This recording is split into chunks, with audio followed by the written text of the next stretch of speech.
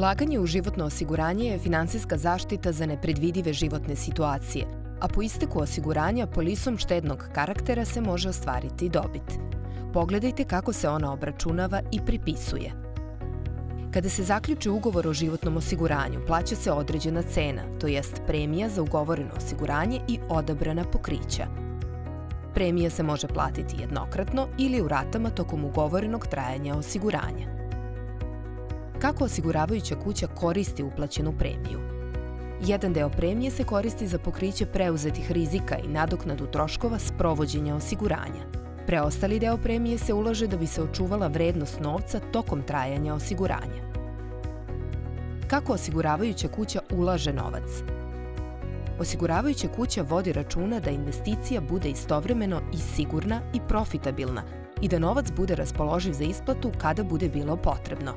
Na primjer, Generali osiguranje Srbije najveći deo raspoloživog novca investira u obveznice Republike Srbije. Tako se čuva vrednost novca i obezbeđuje dobit. Šta je dobit? Nju čine dva dela. Garantovana dobit.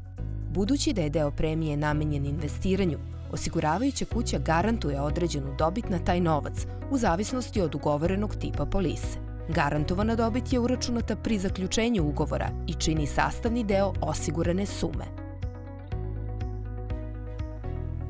Dobit koju osiguravajuća kuća deli sa svojim klijentima. Osiguravajuća kuća može doneti odluku da sa klijentima podeli deo preostale ostvarene dobiti iz investiranja u tekućoj godini preko iznosa garantovane dobiti. Generali osiguranje Srbija je do sada uvek sa klijentima delilo ostvarenu dobit iz investiranja, što znači da su klijenti dobijali više od garantovane dobiti. Ukoliko se izvrši raspodela dobiti u određenoj godini, osiguravajuća kuća šalje obaveštenje o pripisu dobiti koje sadrži ugovorenu osiguranu sumu, pripisani deo godišnje dobiti za ugovorenu polisu i ukupnu pripisanu dobit od početka osiguranja. Kada se isplaćuje pripisana dobit?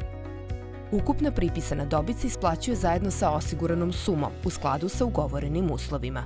Iskoristite prednosti pametnog planiranja i obezbedite sebi finansijsku zaštitu i dodatne prihode na koje možete računati u budućnosti.